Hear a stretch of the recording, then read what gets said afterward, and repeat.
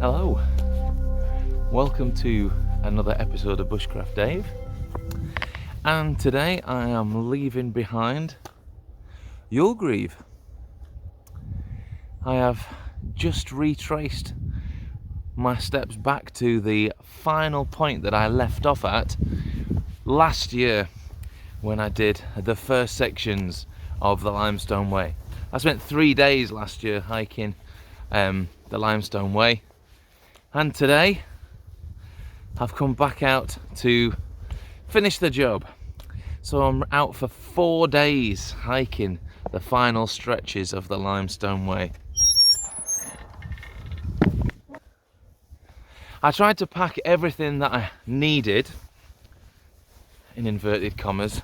I've definitely brought some stuff that I'm sure I don't need, but I've brought everything that I've needed, and I tried to pack it into my Osprey Talon 33 rucksack, and it just wasn't going to do it. So last minute this morning I've chucked everything into this classic old school green rucksack. I couldn't even tell you the make and model. I'll try and figure it out at some point when I'm still, but this is a 65 or 60 litre rucksack, and I definitely needed it. The only problem is I haven't got space for my water bladder. The features on it are terrible. I've just tried to adjust the straps to tighten it onto my body. It's rubbish. It's a terrible rucksack. So there's a bit of a compromise kind of already had to be made that I'm not that happy about. But what I am happy about is that I'm out and about, and I mean, this is 3 days removed from, maybe 4 days removed from finishing doing the 3 peaks with Alexi, and I'm out again, this time completely on my own, through hike. I think it's something like about maybe 37 miles, 36 miles that I'm going to be doing on my own over these 4 days. Today's section, we started at Youlgreave, just near the river. So just behind me, we are leaving the very pretty little village of Youlgreave, and cross country we are heading to Matlock to finish this day. So it's about 9 miles. We've got some lovely sights to take in on the way. We should be heading fairly swiftly to a place called Robin Hood's Stride, which I've been to before with a family and is absolutely beautiful. Weather-wise, it is just after the peak of the heat wave. We're at around about 23, 24 degrees today. It might get up to about 28. So it's going to be hot, probably, but rain is on the forecast. So whilst I'm taking things fairly steady, I have got the weather in mind as something to try and work myself to a point where I'm finished and done in good time to be able to set up my tent in the dry.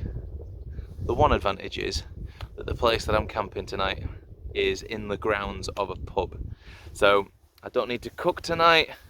My food is all going to be sorted and taken care of. I just need to get there and put my tent up to finish my first day. So yep, thank you for joining my first part of this final sort of attempt to do the Limestone Way. Let's see where we get to. Quite proud of myself, just walked through the middle of all that lot. No choice to walk around particularly, so just took it steady, walked through. This first section's a little bit of up I didn't want, just to start me off, and it's hot. I had to put this waterproof on because it was raining just as I arrived, as Mrs. Bushcraft Dave dropped me off. So yeah,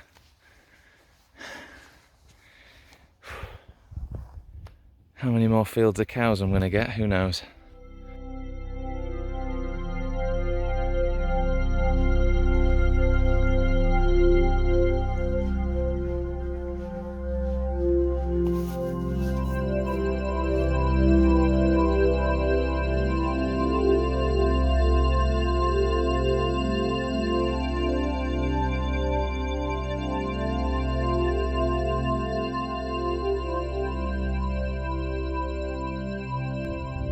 Well, I'm about a quarter of the way through.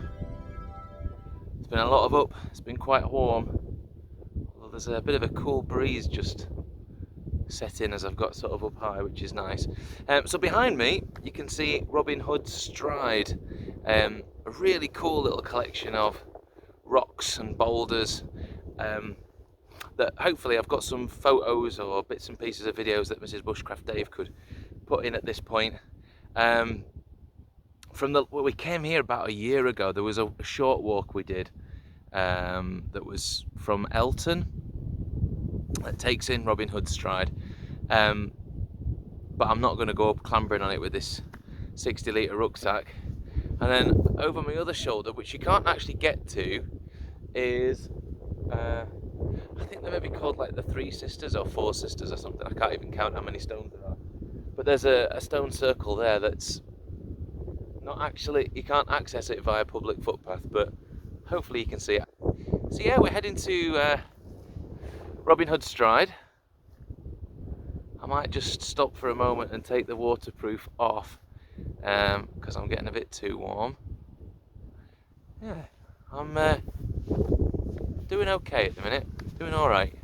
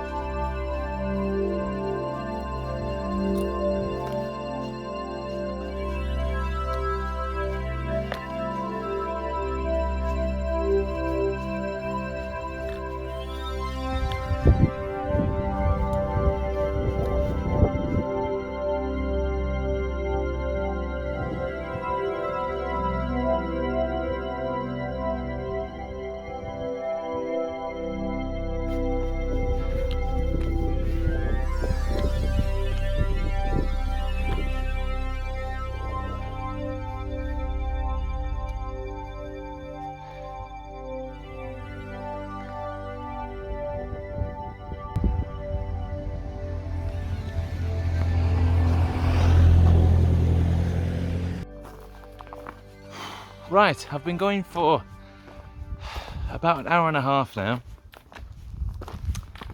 I've just had about a 2-mile section that was pretty much like a back road, but it was pretty much uphill most of the way. So yeah, I've done about an hour and a half, and I've got about 3 hours to go, so a third of the way there. This section though is taking me to Winster. It's a lovely little village, very, very old, where I think it's probably a good idea when I get there to just sort of stop there, grab a cold drink, bite to eat. I have brought food with me. I'll talk to you about that probably when I'm at my camp tonight. But at the minute, this rucksack is absolutely doing my head in. It is not comfortable. The straps are really cutting into my arms, something rotten. I've tried doing a few adjustments, but it's not good. I don't really feel like the bag is being taken much on my hips at all. And looking at the main buckle that goes across my hips, the plastic buckle itself is actually snapped. I mean, it's holding itself in place, but I can't afford to put too much pressure on it. Yeah, it's going to be challenging with this rucksack. I'm going to have to do it.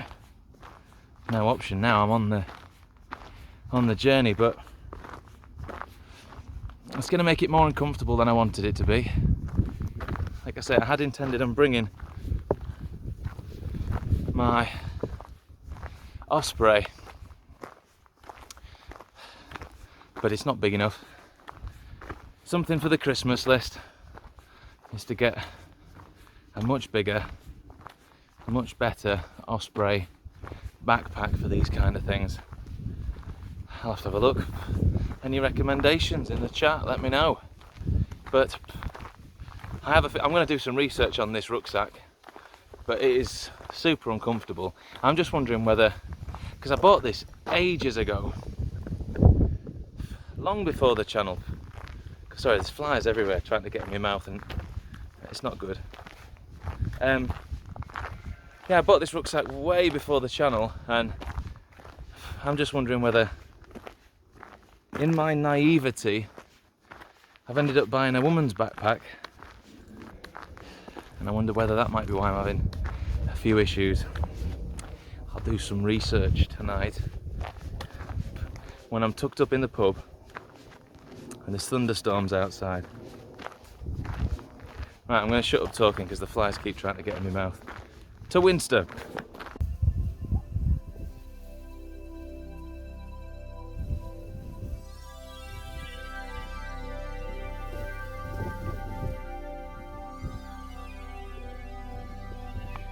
Well, I found myself a nice little bench to sit on,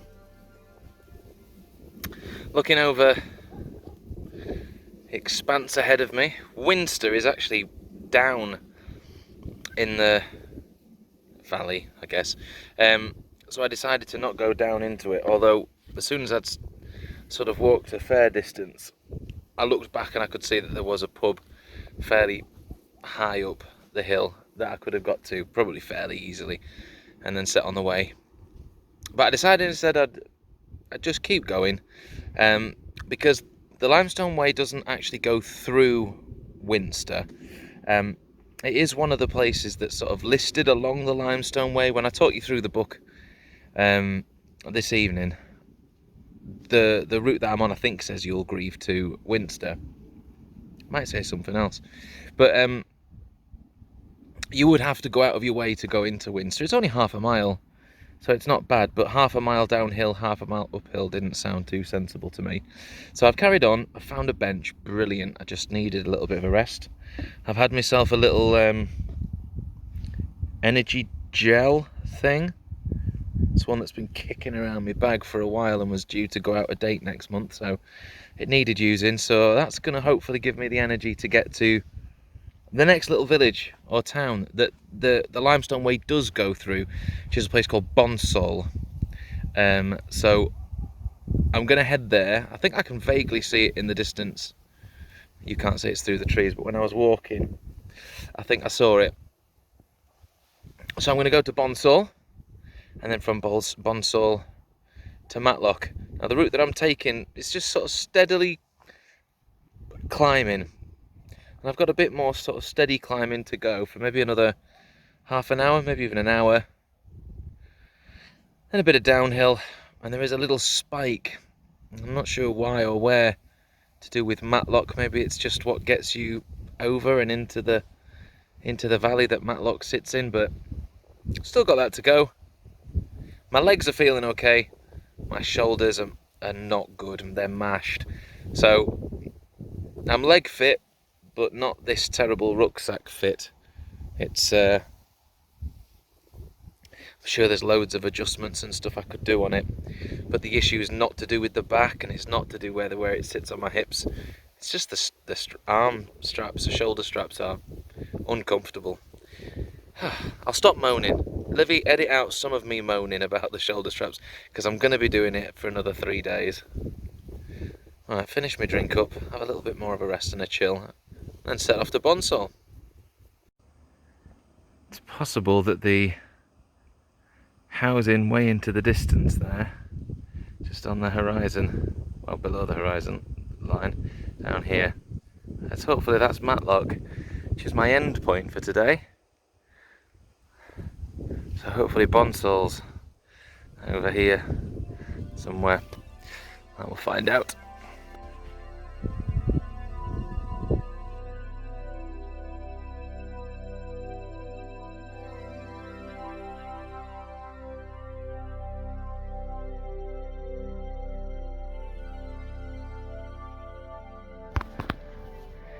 Well, I made it.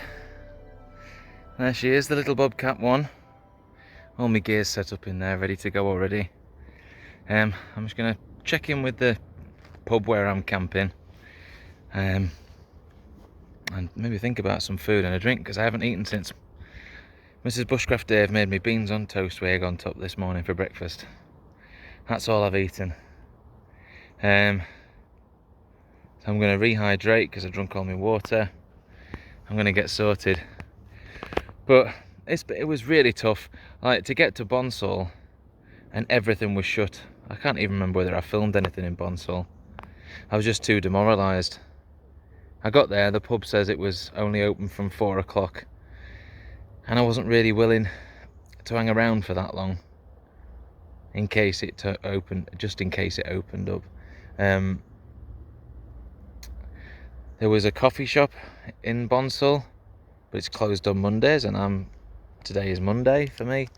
And even there was a sign saying refreshments served in the pub. Not in the pub, in the church. Different kind of place. They were doing like tea, coffee, cake, soup, but only served till 2 o'clock, and I arrived there at 3. So arriving at Bonsall, already quite tired. Yeah, it was hard work, but I've made it. It's took me about another hour and 15 minutes from Bonsall to get to Matlock, but I'm here, I'm set up, and in theory, very, very soon, we've got thunderstorms coming. So that's why I wanted to really get here and get set up. The tent is sorted now. You know, it can rain, and I'm only in the grounds of the pub, so I've not got far to go. Slightly disappointed the pub's not serving food. It's now 20 to 6. I'm just going to quickly sort through something for you to have a quick look at, and then I'm going to head into Matlock. Right, food wise, I haven't shown you yet what I've got for food, so let me show you. I have got a British Army rations bag. This is something I picked up from the Bushcraft show. There's a army rations, well, there's loads of army surplus stuff, but this army rations pack, the pack date is the 3rd 2020. I mean, obviously no expiry date particularly, but this stuff's supposed to be fairly bulletproof.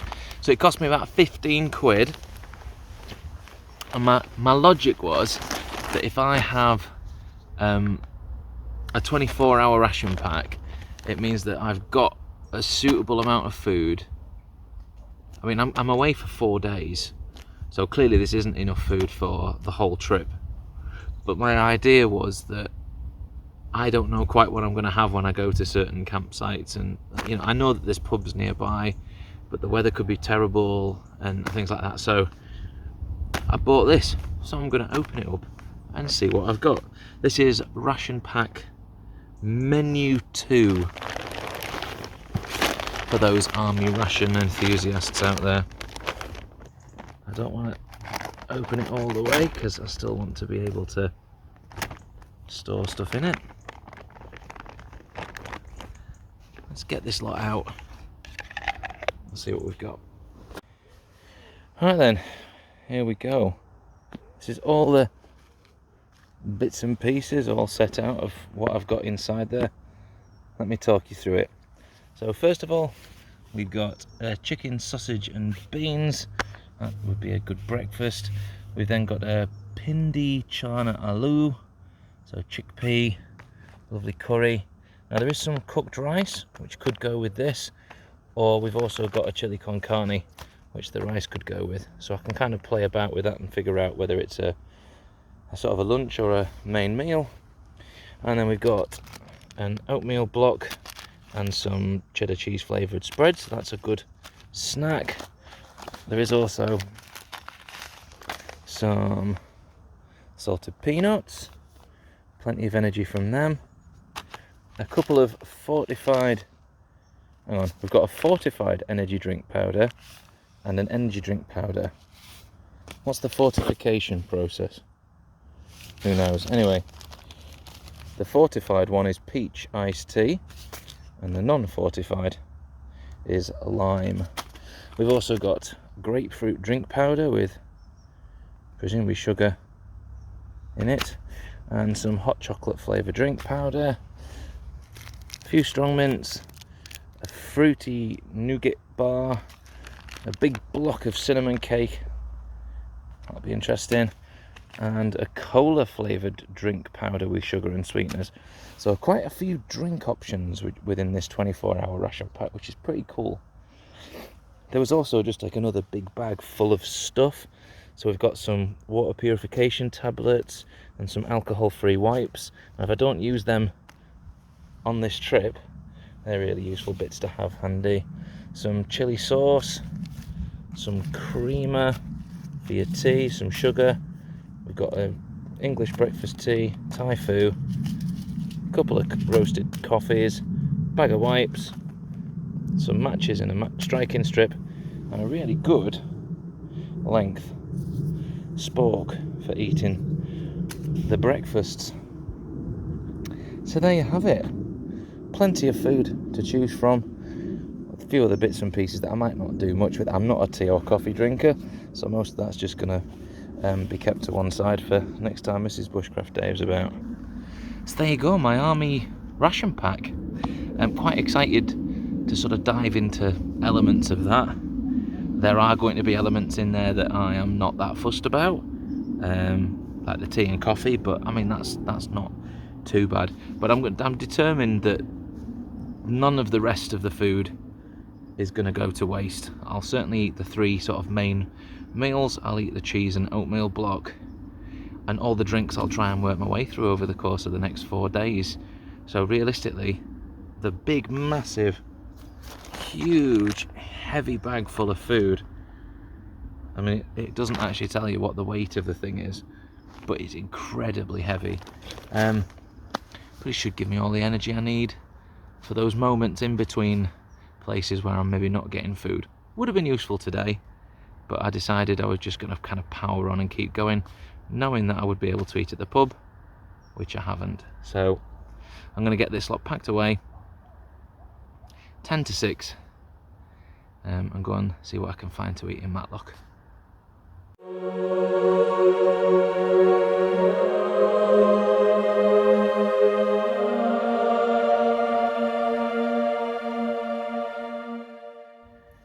Well, morning. I have to say, I've had much better night's sleep than that.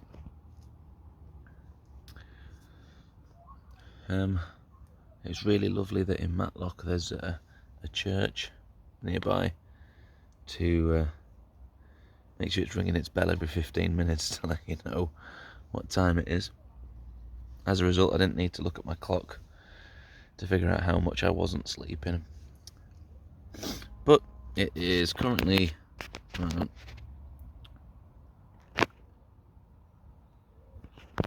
it's currently coming up to about 8 o'clock.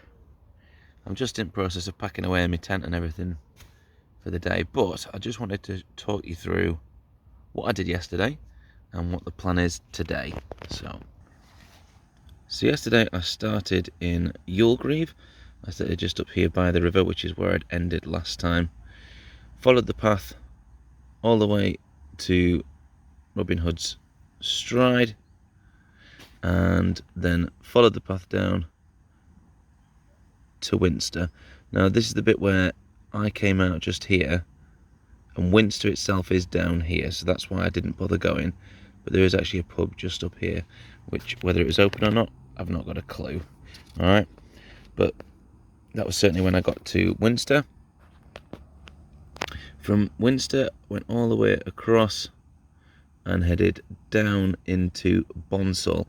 This is the point where the Limestone Way actually will go back down south again.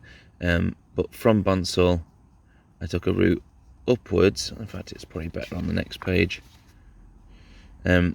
All of this section here is uphill right the way to about here. Significant uphill to try and deal with, and then a fairly steep descent down into Matlock. I camped just here by this church. Obviously this morning I know I've got to get up and do all of this reverse route to Bonsall again. I'm going to stop and get something to eat in Matlock this morning, but then take that route uphill It might be fairly steady away. We'll have to see. There was a seat called Jeff's Seat, presumably in memory of a guy called Jeff. I'll probably take advantage of that when I get to about there. But back into Bonsall, where no doubt everything's shut again. And then from Bonsall, this is where I need to change direction. So then from Bonsall, I'm heading down out of that, across to Ible, and up to Grange Mill, which I then followed down, where it kind of crosses the High Peak Trail. Where's that? That's about up here, and according to that, what's that little dot for? No idea. Oh, that's because this section's from the High Peak Trail to Tissington. Anyway, I'm going to be following that route, and then ultimately that's where I will leave the Limestone Way today, because I'm going to head up this road, because I'm camping at a place called Ballidon Moor. I'm going to kind of keep my eye open for a path that maybe takes me a bit more direct to it, but I'm going to ultimately do as much of that route as possible before I then head up to Ballidon Moor, and that would be day 2 completed, which I think is about another 8.5 miles. It's currently fairly sunny right now. I think the temperatures are due to get up to about 22, but rain is forecast again. I was really fortunate yesterday, didn't have any, other than a few little smatterings as I was walking along, very, very few. The tent is a bit dewy this morning, so I'm going to kind of try and let that have a bit of a chance to burn off. But other than that, I know I'm probably going to be hiking in rain today. So that's why I'm trying to get set off pretty early. It's going to be about 4.5, maybe 5 hours of hiking. So if I set off around about 8:30, I should probably end up finishing about 2. Which I think the rain is due to start about 1, so I'm pretty much onto a losing battle there. But hey, it doesn't matter. Can't be bothered moving. But let me get myself started. Head to Matlock, get some breakfast, and then take it from there.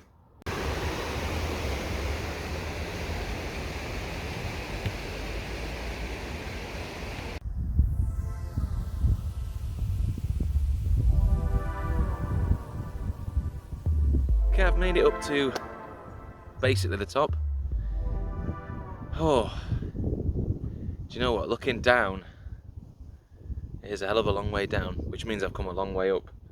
I'm at about 1,000 feet now, starting at about 300 feet, so yeah, about 700 feet of climbing, which in reality is not a lot considering what I did with the 3-peak that I did with Alexi recently, so which was about 1,500, 2,000 feet. But to do 700 foot within an hour,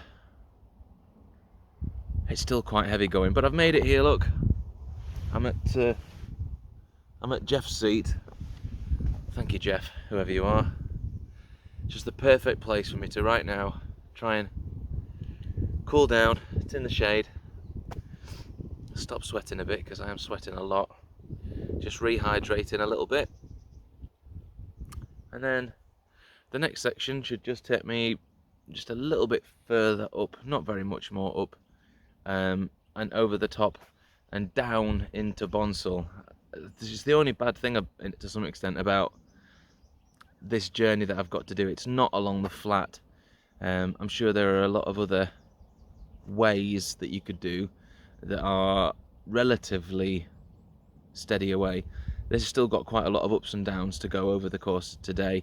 I think probably nothing more than about 200, 300 foot climbs at a time. So that should be fairly like sort of steady away. But I have got to go down into Bonsall and back up out of Bonsall to get back to the point where this Limestone Way has effectively 3 directions. One direction takes you back to Castleton. The direction I've just come obviously is to Matlock, and the other direction which should take me eventually, in about another 2.5 days' time, to a place called Roaster. Now it's spelled Rocester, which I thought might be Rochester, but you know what? We'll find out when we get there. But that's not today. Today we're going to Ballidon, or Ballidon, something like that. I'm pretty sure that for the rest of my route now, I don't have much in the way of pubs and cafes and stuff like that, so I'm relatively reliant on the army rations that I brought with me. In theory, there should be way more calories than I need within a specific 24-hour window. I mean, I'm working hard, I'm hiking, but you know, it should be absolutely fine. This morning I did pick up a sandwich from the shop, so I had that this morning for my breakfast, and I also thought whilst I was there I'd pick up I think it's a Ginster's pasty, which I've just chucked in top of my rucksack, so that's going to kind of be my lunch. And then when I get to camp tonight, I will set about making one of my other evening meals, as well as having my refreshing energy drinks, fortified or not. Yeah, it's all good stuff. Stick with us, there's probably a lot more huffing and puffing and sweating yet, but eventually we'll get to the end of day 2. But it feels like it's a long way away at the minute. 3 hours 45 minutes. Yeah, I mean ultimately I'm going to hike for about another hour and 45, maybe 2, stop and then do the second section. Because right now it is, excuse me, right now it's about 10 to 10, so a couple more hours. Aim to sort of pause around 12 o'clock and then maybe get to the campsite about 2. Rain is forecast at about maybe 1 o'clock, maybe 12. Well, if we get rain done, we get rain done.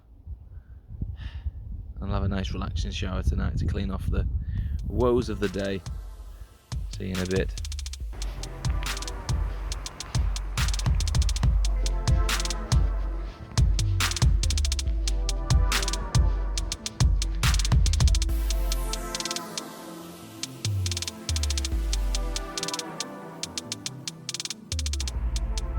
Well, I've arrived at what I thought might be the last possible place for some food, really, before the rest of my journey. The Hollybush Inn in Grange Mill. Unfortunately, it doesn't operate as a pub anymore and is now just accommodation. But I've got my pasty, I'm going to fill it with water, rehydrate a little, and then I've got about 2 hours left to go, which should get me to my next campsite. So I'm going to rest up, 2 hours, and then on we go.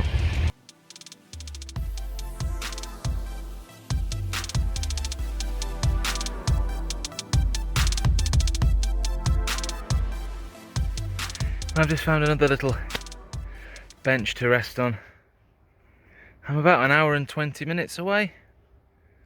So, what's that about?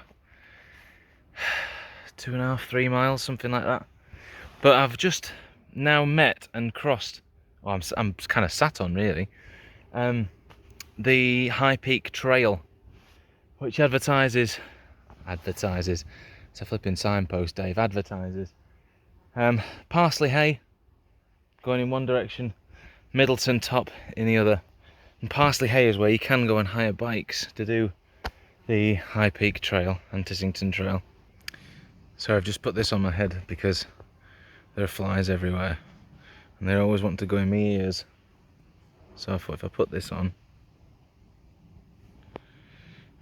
they can't get in. And it's not like I look like too much of a wally, is it? Yeah, so the High Peak and Tissington Trail. I would like to cycle these at some point. At some point. Not today. because I've got a bit more to go, I'm going to keep drinking my water, and I reckon, well, we'll see, I might be able to do it all in one more stint, or I might have another little break. But I've just come through, when I came through this, there was fields and fields and fields, loads of empty fields, and then I just came on like 2 massive fields full of sheep, but thankfully they were all quite fidgety, so as soon as I came near, they disappeared. Water time, little rest, get cracking.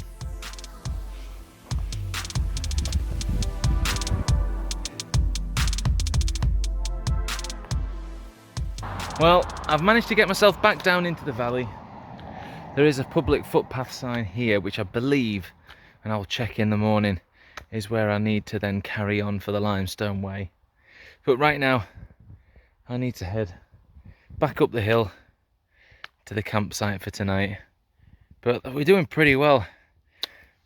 When I was looking at the walk, I think I thought it was 8.5 miles. It's actually 9.5 miles. So it's a bit of a stinker. But we're now on to the last little stretch now, maybe half a mile to the campsite for a well-deserved rest. Well, I'm up at the campsite. I'm not in one of these. I'm just sat at a little picnic bench nearby. Oh, here I am at Ballidon Moor Farm campsite. Nice, nice. It took me probably about another mile to get here, which I'd already mapped out, which is fine, but it was about a mile off the Limestone Way.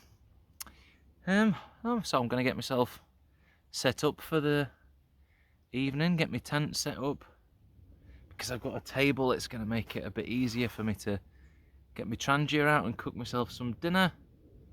I'm just having some sort of refreshing drinkies. Other brands of water are available, but yeah, just really going to use this next hour or two to just get myself set up, rehydrated, and chill. Chat to you in a sec.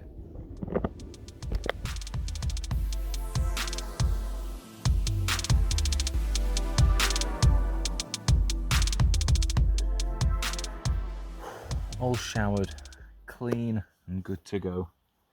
I'm going to try one of the first things out of the army box tonight. In a second I'm going to set up my Trangia 27 with the new gas stove that I bought for it. You'd have probably seen me using the gas stove on the Peak District Walk video, but this is the first time I'm going to have used it with the 27, which is quite exciting. So on there I am going to have the chili con carne and the rice. So I'm going to fuel up tonight. I've worked hard today. This has been the longest and hardest walk that I've done.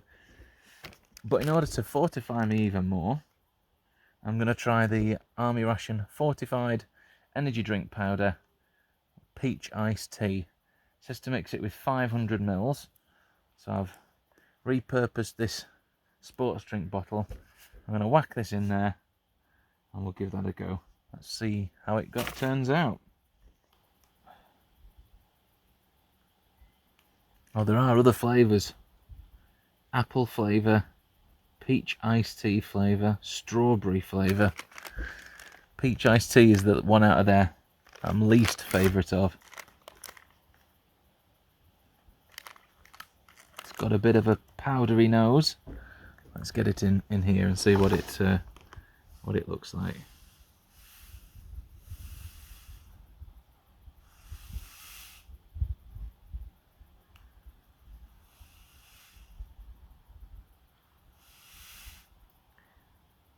Now this bottle is quite full.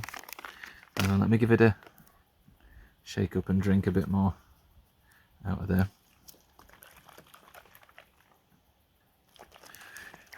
I had another sort of powdery energy drink. It's just really bitty.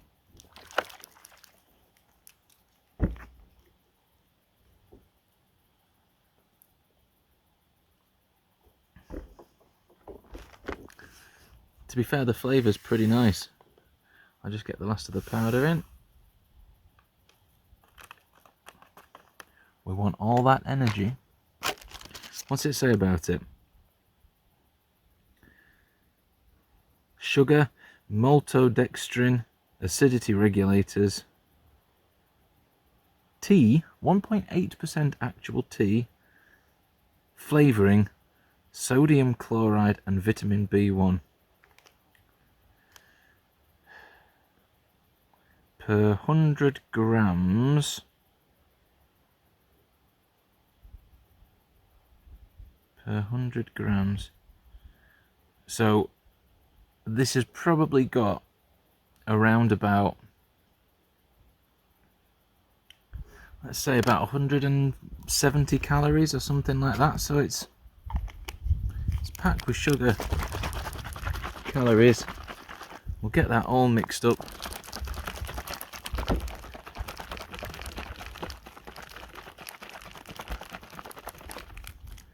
Edit.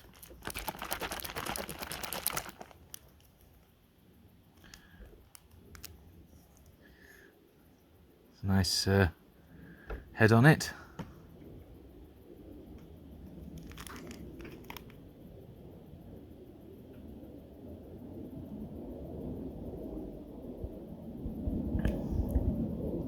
I mean, being somebody who doesn't like peach iced tea,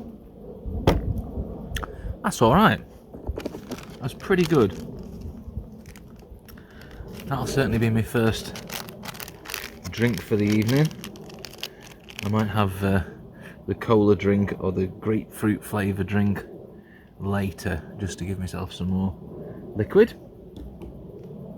Let's get set up and do some cooking, because it is currently, it's gone up to 5 o'clock.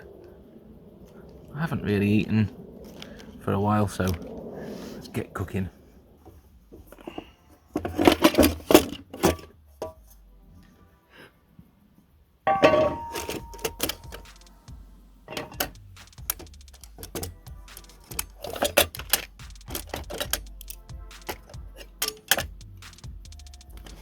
This is the second-hand gas stove that I picked up, which should, in theory, this cable, doesn't need to go. Cable can come through.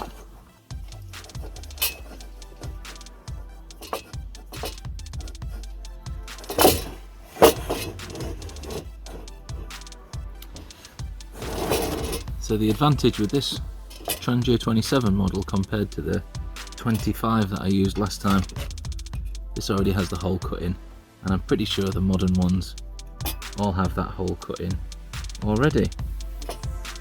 Awesome. Gonna fill me hot with some water, and then we'll heat that up and we'll get the bags in to heat up. Going like that, so make sure I get enough water. Bear with. Cool, I've got myself some water ready to go. Probably just a bit over half full. I've just tested it out with the bag to make sure the water does kind of cover the bag. And I thought I'd make use of, if you remember my Christmas episode, I ended up buying this OEX pyro igniter, which I thought were going to be terrible, and it was no good for me lighting my normal Trangia, but because in theory it's just going to create a spark, I should be able to use it to light the gas stove. So let's give it a go.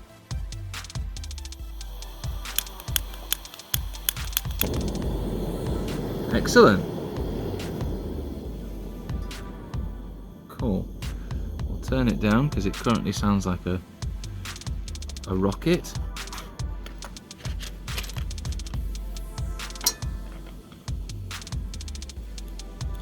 Got the heat coming off that already. Let's get the shield on it.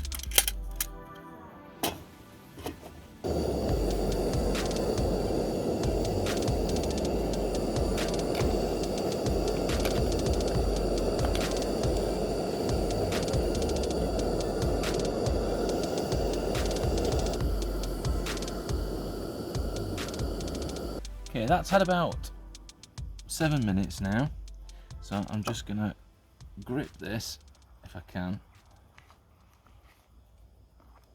To be fair, I can probably just grab the corners, can't I? I'm gonna keep the water. I'll just put that in another pan, just to one side. Keep that over there. And whilst the water's still going, I'll now go in with the rice. Rice needs about 7 minutes as well. It'd be quite good because it'll give the chili a chance to sort of cool down a bit so it's not super hot. I can always put it again for another minute just to warm it through. But yeah, that's the rice. Just put my pan lid on top of there just to kind of keep the heat in a little bit longer on those. This has got about another 2 minutes, and I decided that rather than just wasting this hot water that I've got, whilst I don't drink tea or coffee, just out of interest, I would make the grapefruit flavoured drink powder into a hot grapefruit drink. So my tin cup that I've brought with me is probably about 250 millilitres, something like that, when not filled to the top. So my plan is to fill this to probably about a couple of centimetres below there, half of the grapefruit powder in, to make myself a hot grapefruit drink. Okay, here's the plan. We'll get the chili con carne out of there. Turn the heat off my gas stove. Don't need that anymore for today. I need it for breakfast in the morning.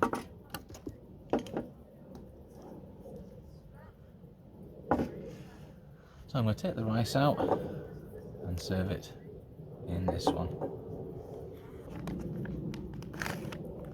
Now I know these things are designed to be eaten out of the pouch with your big long spork, but I wouldn't want to just be eating plain rice on their own anyway, so I'm going to whack the rice in the pan. Don't want to waste a calorie. And then we'll go in with the chili con carne on top of that.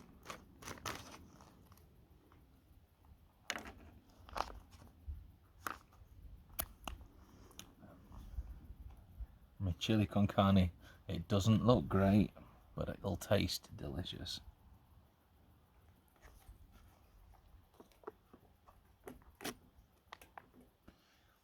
Now there is a sachet of chili sauce, but I'm not a big fan of too much spice anyway. My plan is I'm just going to mix all this together to make a chili and rice combo. What's the calorie count for all this lot? Let's have a look.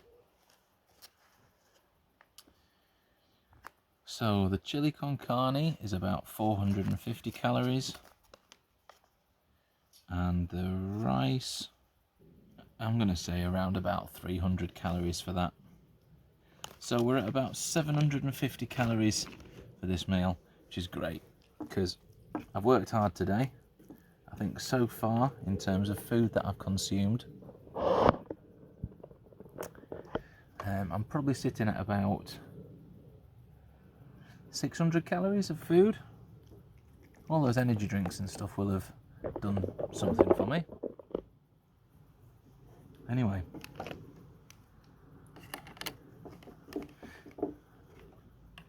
chili and rice, army ration specials out of the old British Army ration packs.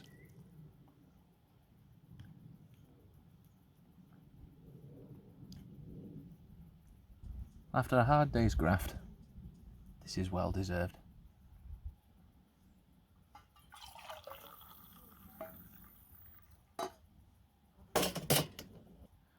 You can see, just looks like sugar. Use the other end. Mixy, mixy. It's going to be too hot for me, that. Give it a minute. We're probably at a point where I can sign off for today anyway. I've got my peach tea, energy drink. I've got my grapefruit hot drink. I've got my chilli and my rice. Time wise, it's about 5:30. I am ready to kind of get this eaten, get this settled, see what the weather's doing. I might just have a sit and read of an ebook for a bit or listen to some podcasts. But ultimately for me, this is the end of day 2 of 4. It would have officially been the end of day 5 had I done the Limestone Way right the way through from the start to beginning, from the start to now. But this is where we'll leave you for this week. Thank you for joining me. Make sure you join me next week, where you'll see what's happened through day 3 and day 4, and ultimately, have I made it to Roaster and the end of the Limestone Way. Thank you for joining me. We'll see you in the next one.